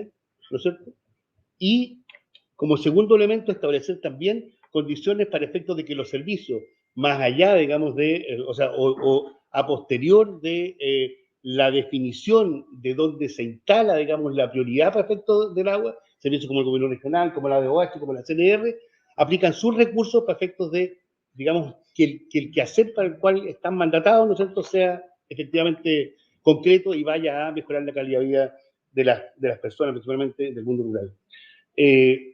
El Código de Agua, mira, voy a intentar hacerlo rapidito, pero tiene 4 elementos que a juicio de la DGA son elementos tremendamente importantes. El primero es que ya planteaba el decano, por primera vez en Chile hay una normativa que señala que el agua es un derecho humano, ¿ya? Y además, digamos, se refuerza el hecho de que el agua es un bien nacional de uso público y por tanto le pertenece a todos los chilenos y chilenas, ¿ya?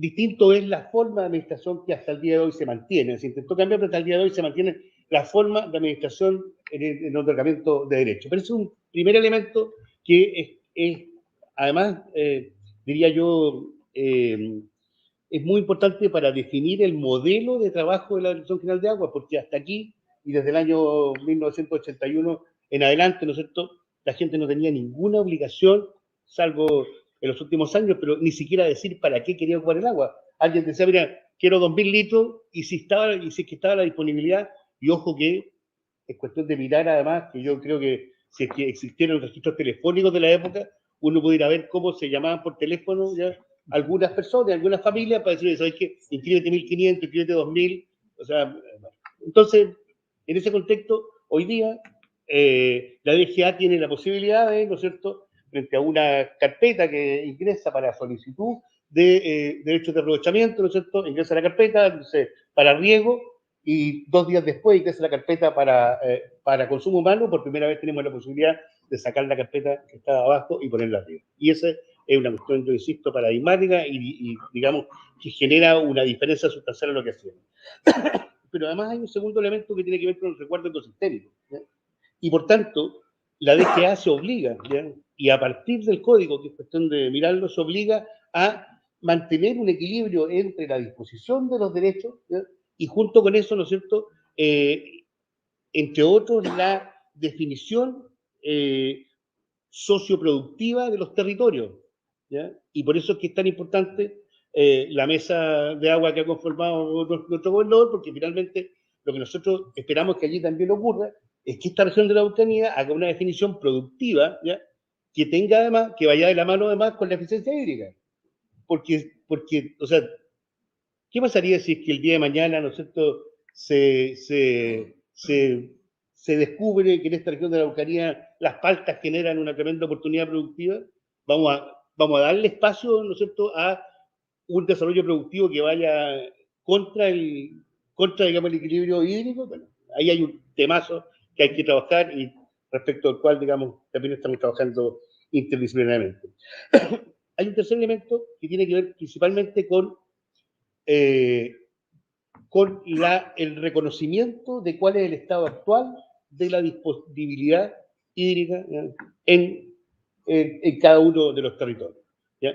Y esto marca también una cuestión bien interesante porque tiene, por un lado, ¿no es cierto?, un análisis mucho más estricto respecto de la tenencia hoy día, ¿no es cierto?, de los derechos de aprovechamiento, pero junto con eso también, me imagino que varios de ustedes sabrán que la DGA ha iniciado un proceso en que todas aquellas aguas que no sean utilizadas por quienes hoy día tienen esos derechos, hoy día están afectadas al pago de una patente, que en el fondo es una suerte de multa por no utilizarla. No puedo hablar con eso todavía hasta el 16 de enero, pero me llegó el otro día el listado y es impresionante ver que en esta región de la Araucanía, no sé, 15.000, 20.000 litros por segundo. O sea, estamos hablando de que tenemos una cantidad de agua, o sea, digamos, ahí, más bien, digamos, resguardada, ¿ya?, y que no tenemos ninguna posibilidad de utilizar porque no podemos otorgar esos derechos.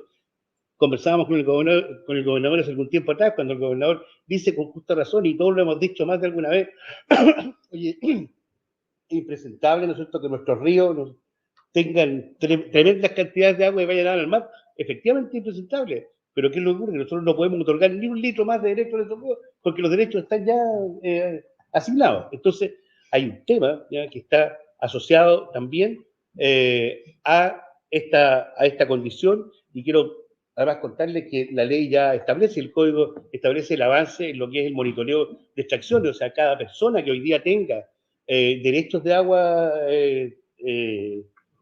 digamos, para su uso, entregados por la DGA, tiene que entregar un informe anual respecto de cuánta del agua que efectivamente está utilizando, y van subiendo, digamos, los estándares aquellos que tienen una cierta cantidad, digamos, un cierto estándar, está claramente establecido. Inclusive tienen que tener monitoreos de extracciones, digamos, permanentes y con traslado de información online hacia nuestro registro.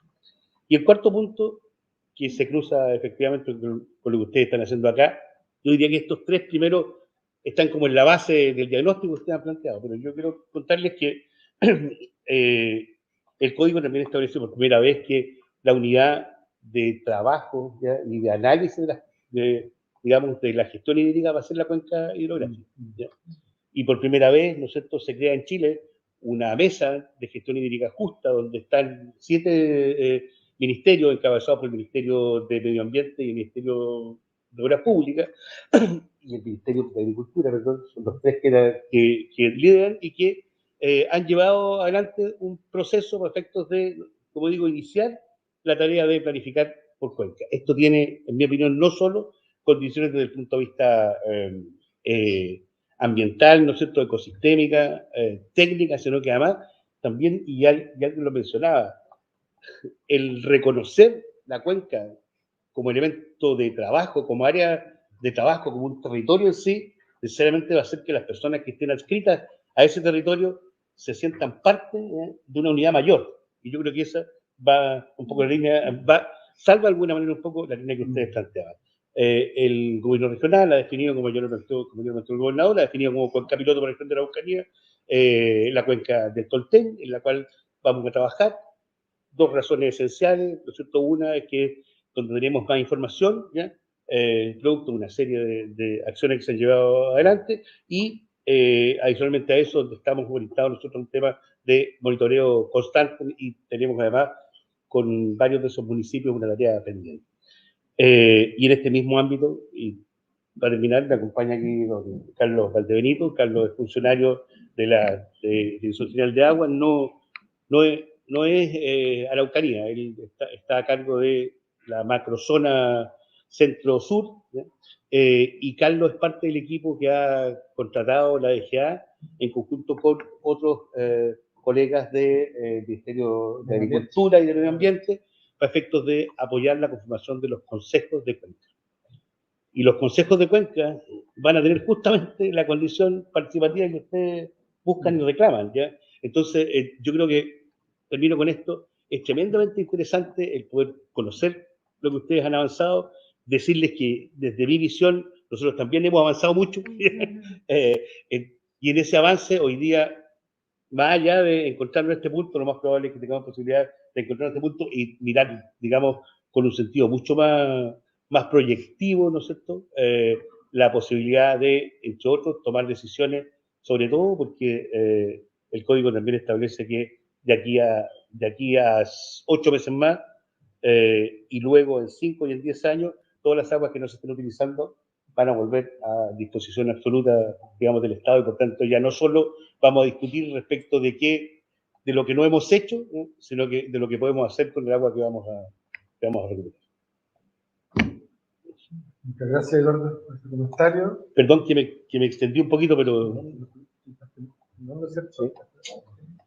Muchas gracias por la invitación y la posibilidad de poder aportar en un tema que para quienes tenemos tanto tiempo en la región, ¿cierto?, es un tema apasionante, ¿no? Llega al ser. Yo soy nortino, pero ya me siento sureño de lomo completo.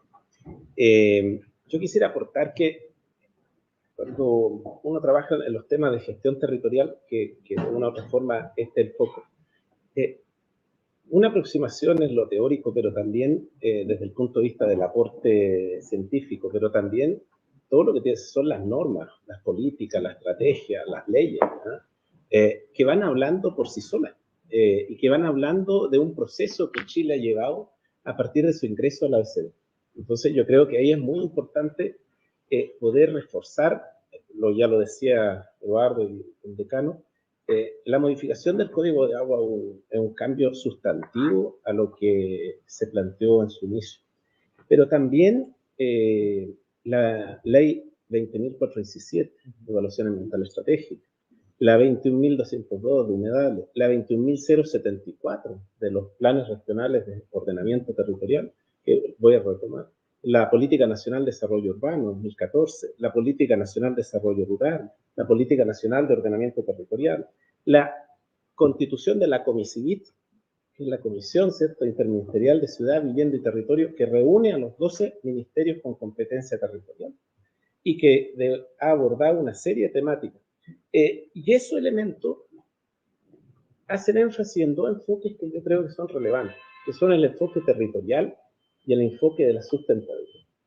No creo que sean enfoques que uno pueda complementar o incorporar dentro de. Si uno va a trabajar el enfoque local, el enfoque territorial tiene que estar dentro de él. Lo mismo que el tema de la sustentabilidad, que está en lo que son los ODS, ¿cierto?, la Agenda 2030, que es un elemento sumamente importante. Yo creo que estos elementos plantean la necesidad de pensar una gobernanza que sea prospectiva, porque yo creo que el gran cambio que Chile dio con el tema de la energía, en la política energética del 2008, que fue la primera, luego vino, ¿cierto?, la de 2014, y luego la ruta energética, ha sido entender que los recursos naturales son renovables o no renovables, pero que también son estratégicos. El agua efectivamente es un derecho humano, pero desde el punto de vista de lo que es la gestión sobre los territorios, es un elemento estratégico. Mueve la aguja hacia los niveles de mayor competitividad o menor competitividad, o a niveles de mejor calidad o no. Entonces, calidad de vida. Entonces, yo creo que el pensar el agua en la región de la Araucanía es la región más rica en recursos naturales renovables. La más. Bueno, con los no renovables nos gana la región de Antofagasta. Eso hace entonces que aquí tenemos un tremendo potencial. Entonces, yo pensaría el tema de la gobernanza más estratégicamente. La pensaría desde la estrategia regional. Luego la pensaría desde lo que es el futuro Plan Regional de Ordenamiento Territorial. La estrategia va a tener su espacialización a través del Plan Regional de Ordenamiento Territorial. Y esperamos, ¿cierto?, que las noticias que daba Eduardo a futuro las dé el propio gobierno regional, ¿cierto?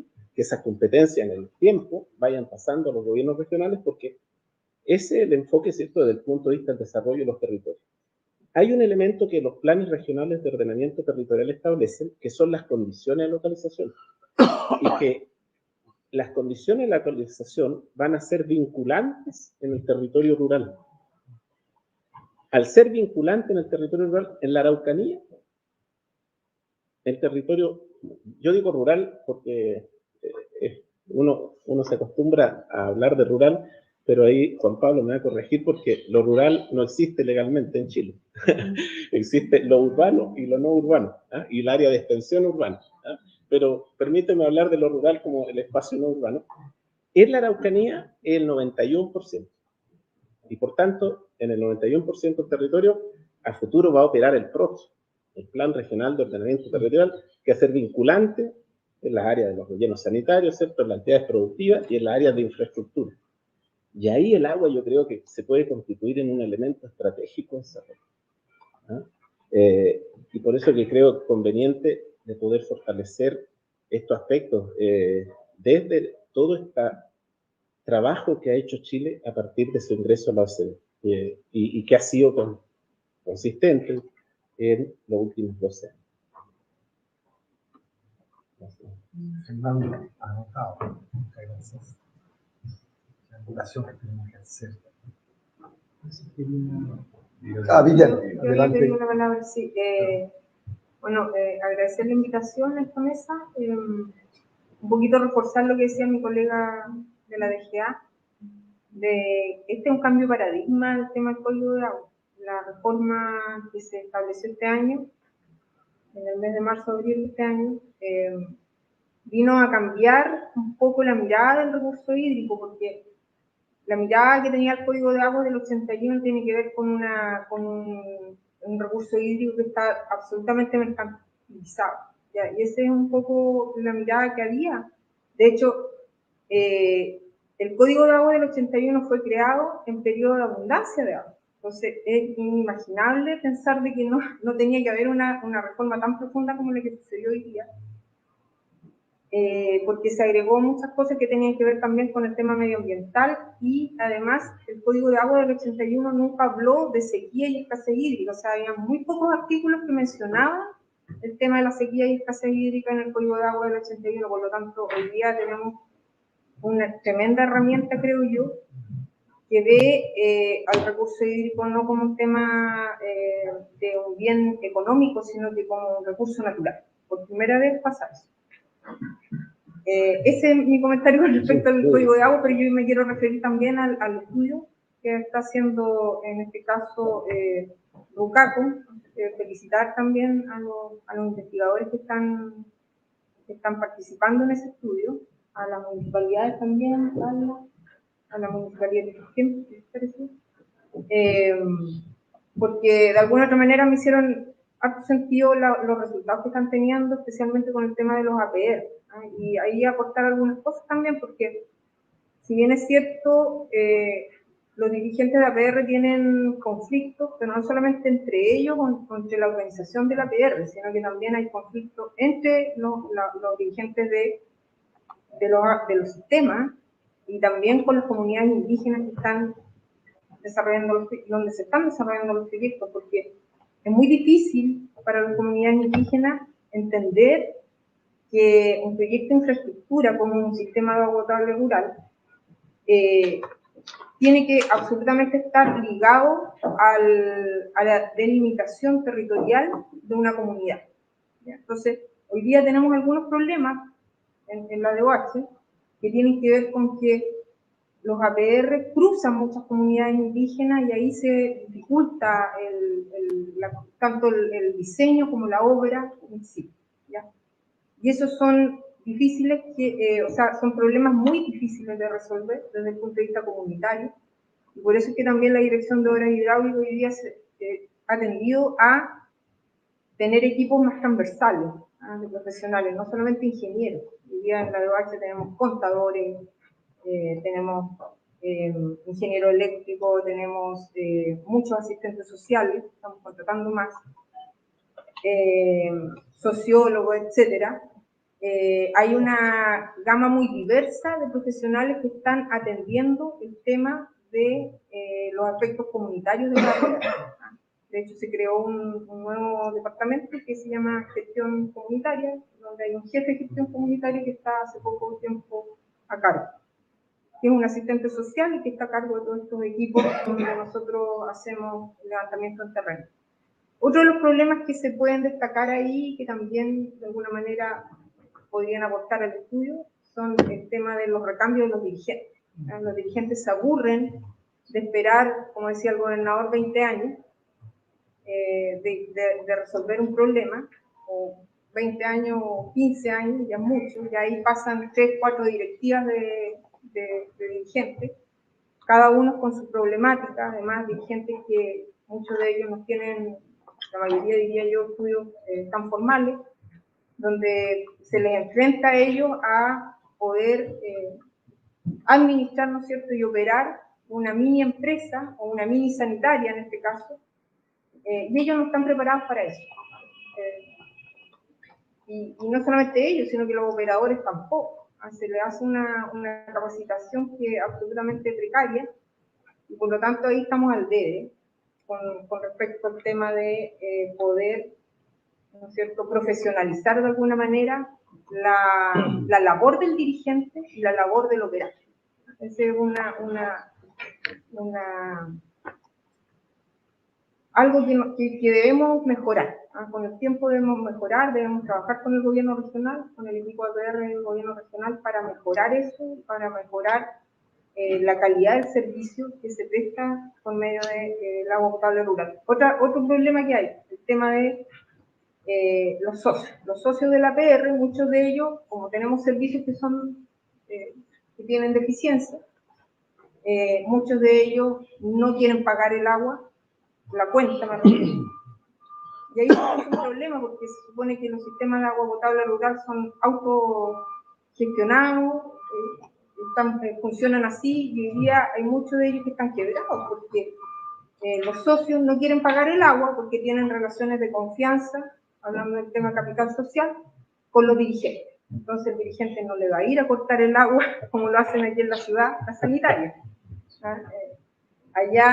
Aquí el gerente de Agua Araucanía no conoce a toda la gente que paga el agua, en cambio en el comité APR eso es totalmente distinto, son parientes, es el amigo, ¿cómo le voy a ir a cortar el agua? Eso pasa mucho y eso ha provocado un daño tremendo al sistema, tremendo, porque no tienen plata los APR ni siquiera para comprar una bomba. Y ahí, bueno, ahí aparece el gobierno regional tratando de darle alguna solución, o la de OH, pero absolutamente insuficiente. Entonces, hay cosas como esa que pasan en la realidad y que la gente no sabe, no de otras cosas. Aquí poca credibilidad de los dirigentes también, porque claro, los dirigentes van al gobierno regional, a la DOH, uno les dice, ¿sabe que su proyecto va a estar en 3 años más? Y no es así porque surgieron 1000 problemas con los terrenos, con las regularizaciones de los terrenos, que están muchos de ellos en comunidades indígenas, etcétera. Se demora más de 3 años, el dirigente queda absolutamente desacreditado con respecto a sus socios, ahí quiere renunciar, uno trata de convencerlo que no renuncie, pero renuncia igual, o se cambia, etcétera, por alguien que no sabe. Bueno, y ahí yo podría estar toda la tarde aquí hablando de los problemas de los APR, pero tampoco es la idea, pero quiero felicitarlos por el esfuerzo que están haciendo de poder tocar estos temas, porque a nosotros nos sirven este tipo de estudios, porque como les dije anteriormente, nosotros estamos trabajando mucho con el tema comunitario hoy día, no como antes, además porque tenemos un tremendo desafío, como decía también el gobernador, de que nos aumentaron 3 veces el presupuesto para este año, de la Dirección de Obras Hidráulicas, de 20.000 millones a casi 60.000 millones, para poder disminuir, digamos, la brecha que hay con respecto al tema del acceso al agua en el sector rural. Y eso nos tiene entre asustados también, pero vemos que esto es una oportunidad grande para poder hacer otras cosas que no habíamos podido hacer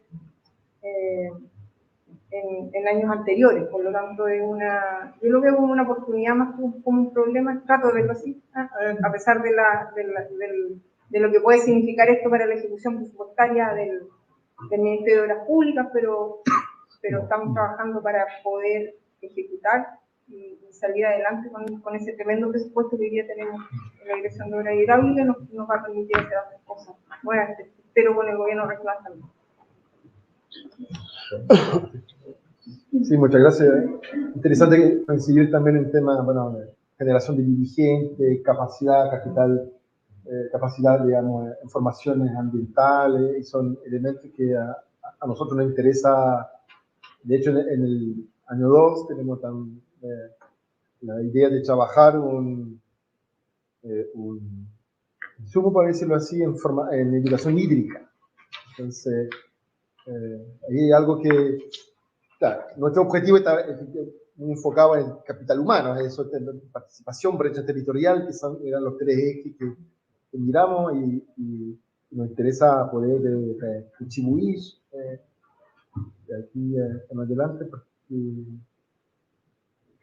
concuerdo con usted, es bien interesante porque lo veo como una oportunidad. Es algo que también es plantear el asunto de otro problema. Sí, los problemas los conoce más que uno, digamos. Y hasta esos problemas que son intracomunitarios, de zona, el problema de infraestructura, usted lo tiene muy claro. Pero claro, ahí uno ve que hay que probablemente también por el contexto de presiones de cambio climático que nos obliga de todo modo a una gestión y una gobernanza y a proyectarse de aquí a 10, 20 años distintas. La importancia justamente en esto en el capital humano, como lo podemos decir, la capacidad de gestión, de asociación, y plantearlo como una oportunidad, igual es otra postura. Yo creo que eso es también interesante de partir desde ahí, desde esa oportunidad que nos plantea. Así que muchas gracias por su comentario. ¿Por qué tú querías decir algo? Sí, solo dos cosas. Bueno, agradecer el comentario de la directora. Solamente con lo del código de agua, yo indicaba que en la literatura al momento de la revisión no había aún producción científica, lo cual es una oportunidad también para nosotros para trabajar en ello, pero sí se incorporó de hecho en la primera mesa de trabajo la reflexión en torno a las modificaciones del código de agua. Y en segunda instancia, súper interesante lo que plantea la directora, que va en el foco del trabajo que se realizó, en donde nos permiten los testimonios de experiencia de vida dimensionar la brecha entre, por ejemplo, cuando bien se plantea el agua como un recurso estratégico para el desarrollo y el testimonio de no tengo plata para una bomba o no tengo plata para bañarme. Ahí nosotros podemos evidenciar una brecha sustancial desde lo humano, desde la experiencia de vida, entre un lineamiento estratégico y lo que podemos evidenciar desde la experiencia humana, lo cual es un aporte, como indicaba al inicio, desde esta área disciplinaria, desde lo humano, desde lo social, en base a este tipo de reportes de experiencia de vida, de cómo estamos experienciando el que el agua sea una línea de desarrollo. En algunos casos, sin duda que sí, y en otros casos, como vimos en estos testimonios, hay una cierta brecha que la podemos ir evidenciando en testimonios como este de No Puedo Bañar.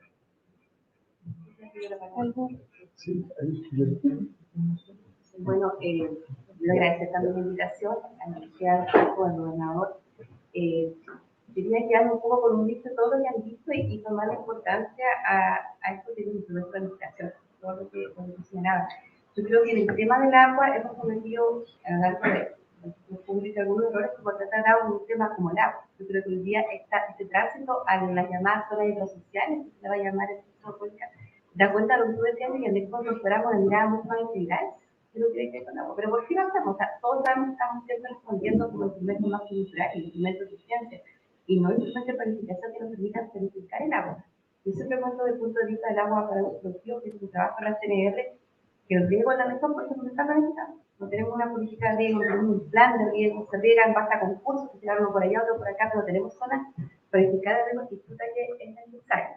Y me quería referir, gobernador, a primero felicitarlo por haberse también incluido y sumado al trabajo con el Consejo de Cuenca. Yo creo que de este código de agua a unos temas que hace que esta mirada se amplíe hacia la mirada hidrosocial, es la creación del Consejo de Cuenca. Y era voluntad de los gobernadores que sumaban o no. Entiendo que sumamos la cuenca de Conten, yo creo que eso es un trabajo súper importante, súper rico y nos va a permitir trabajar planificadamente el recurso hídrico en la región desde un punto de vista no solo de la cantidad de agua, sino desde un punto de vista social. Yo creo que esta es una de las cosas que se nos viene encima y que nos ha contado una reunión muy biodiófica con el sentido que teníamos poco tiempo para conformar. Yo creo que esa audiencia no es tan buena, porque yo creo que para que quede un consejo donde todos los actores, donde cada región tiene actores distintos, donde cada, para que vamos a decir la nuestra, tiene una oportunidad distinta, tenemos que darnos tiempo. Así que quería resaltar eso y creo que lo que se ha hecho acá, lo que están haciendo ustedes como estructura tan integral, conociendo barreras y todo eso, de la necesidad de estar actores es súper importante. Así que ojalá sigamos viendo lo que sigue después, podamos ser muy participativos en esto, porque lo que quería leer, esto es un proceso. Porque eso está en el Consejo de Cuenca, y aquí son 4 cosas que han sido fundamentales en el trabajo planificado para desarrollar la planificación y la gestión integrada de recursos a nivel de cuenca, no a nivel, digamos, individual, para fortalecer gobernanza de los territorios mediante mecanismos participativos, intersectoriales, transdisciplinarios y coordinados, tanto falta más el tema del agua, reconociendo la importancia de la cuenca como unidad territorial óptima para la adecuada gestión del recurso hídrico, teniendo en cuenta sus particularidades, que es lo que decíamos, sobre todo esta región, y para probablemente poder aportar a cumplir los primeros objetivos de la ODS, que no son menores, que tienen que ver con el tema de planificación del agua. Así que ahí vamos directo a la Agenda 2030 y son trabajos muy bonitos que pasa también con muchos actores están en esta mesa con ahora, así que nos sumamos a Muchas gracias. ¿Comentario? ¿Gobernador? Sí, no solamente voy a por ahí haciendo el trabajo. Bueno, agradecer, felicitar los resultados, creo que fueron bien claros quienes también hablaron, Eduardo, Guy, Fernando, de CNR, y un poco la visión que tenemos que levantar, o sea, este recurso hídrico desde el punto de vista de lo social, que es lo que estábamos hablando con Consejo Cuenca, que es relevante, como decía Fernando, este recurso como un recurso estratégico de desarrollo. Y yo creo que nosotros como región tampoco nos podemos no permitir de mirarlo como un recurso de desarrollo, es lo que esta región requiere y bien planificado.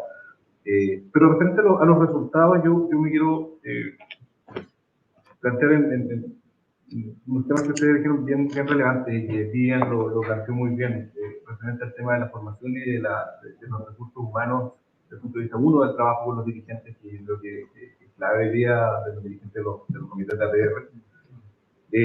La formación de liderazgos jóvenes, lo comparto, el trabajo con los líderes, como lo plantearon ustedes, el tema de, también nos ha tocado en varias ocasiones ver que son quienes han administrado por mujeres, así que creo que hay un tema también del enfoque, de cómo hacemos también la política en la capacitación.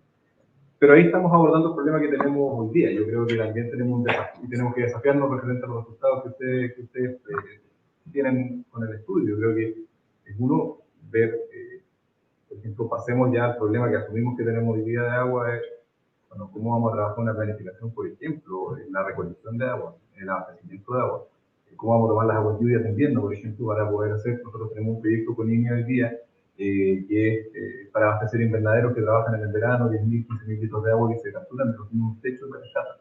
O sea, estas cosas que uno habla acá, que a veces lo tiene solamente para la pequeña agricultura, en Estados Unidos, en algunos estados, las normativas de construcción te obligan a tener acopio de agua en invierno en las mismas casas.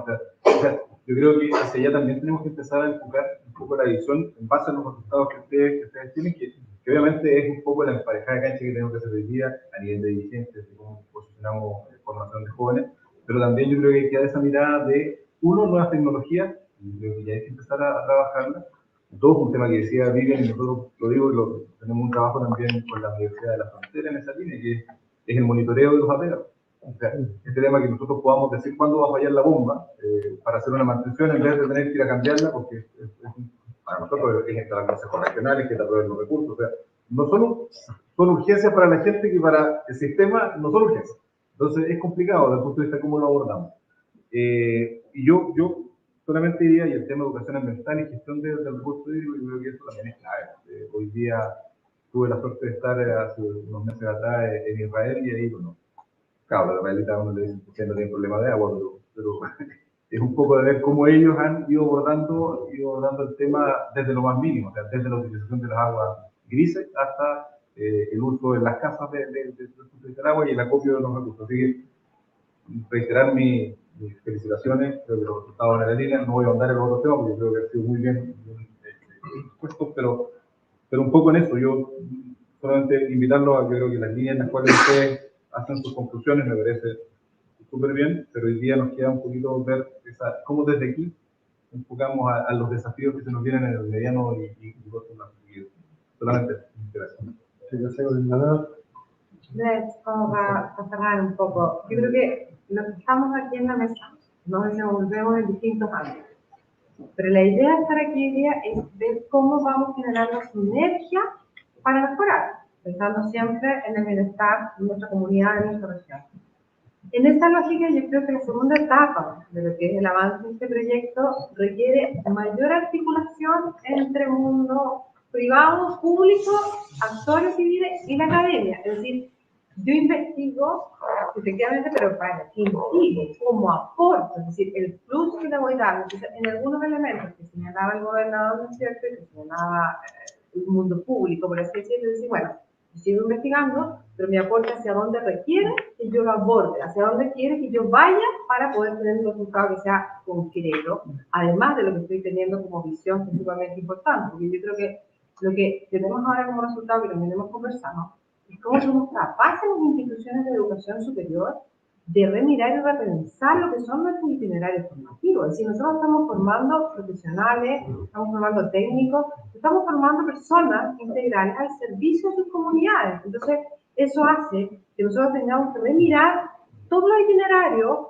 con el feedback que nos va entregando el medio. O sea, de nada sirve que la mirada sea solo interna, sino que también cómo va siendo externa con estos consejos asesores de cómo vamos necesitando nuevos ingenieros, nuevos geólogos, es decir, todas las áreas de los recursos naturales, el área de las ciencias sociales, la mirada en el fondo que se hace de nuestras comunidades, el repensar ético de cómo vamos teniendo profesionales éticos con todos estos temas de la responsabilidad social que tenemos. Entonces, yo creo que nos vamos con altos desafíos en esta mesa, con los que estamos en el fondo elaborando el proyecto, avanzando ya en la ejecución del proyecto, con lo que estamos haciendo nosotros. Fernando también decía un análisis interesante de lo que se está haciendo desde lo que es la planificación, ¿no es cierto?, territorial, y nosotros con todos los procesos de formación.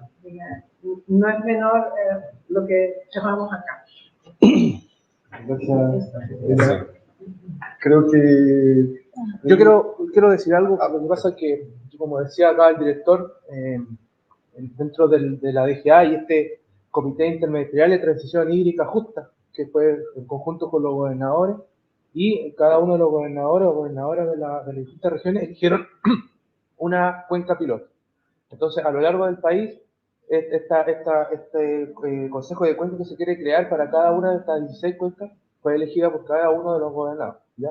Entonces, como decía acá el director, si bien mi residencia laboral está aquí en la Araucanía, a mí me toca levantar este consejo de cuenca y este mapeo de actores, que es lo primero que estamos haciendo. Entonces, es muy importante lo que ustedes están haciendo también con el mapeo de actores a nivel regional y a nivel de cuenca, ¿cierto? Entonces, en este caso, por ejemplo, a mí me toca la región del Ñuble hasta los ríos, ¿ya? Entonces, la región de los ríos, del Ñuble, fue elegida por el gobernador la cuenca del Itata, en el Biobío la del Biobío, acá por el gobernador la cuenca del Tolten, y la región de los ríos la cuenca del río Valdí.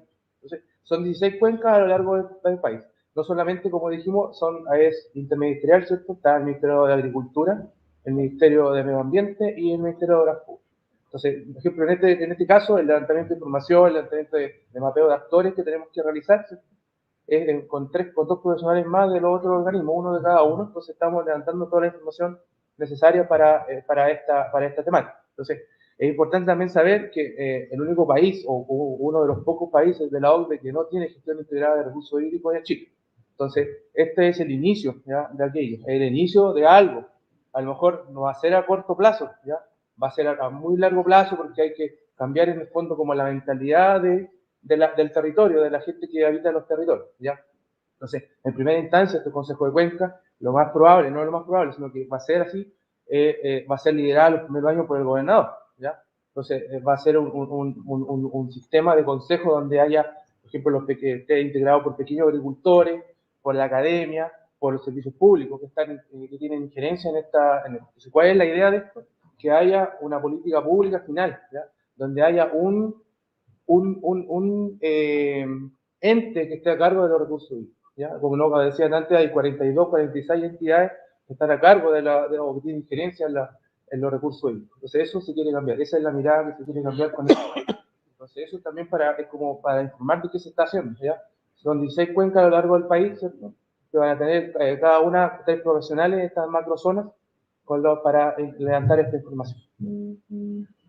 Muchas gracias, nos interesa, por supuesto, colaborar en esto. De hecho, aquí veo hartas actores que nos van a aportar. Perfecto, excelente. Oye, perdón, es muy importante, por eso te lo dice Carlos, disculpa un segundo, es muy importante ponerse de acuerdo respecto de la definición del territorio.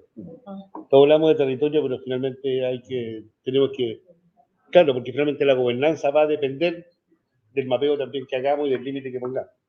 Claro, y a diferencia de otras cuencas, de otros países, ¿cierto?, sabemos que, por ejemplo, a mí me tocaron la Biobío, la Tolten y el Valdivia, ¿cierto?, con alta incidencia también de comunidades indígenas dentro del territorio. Entonces, mucho más problemático a lo mejor va a ser el levantar este mapeo y reunir a este conjunto de personas.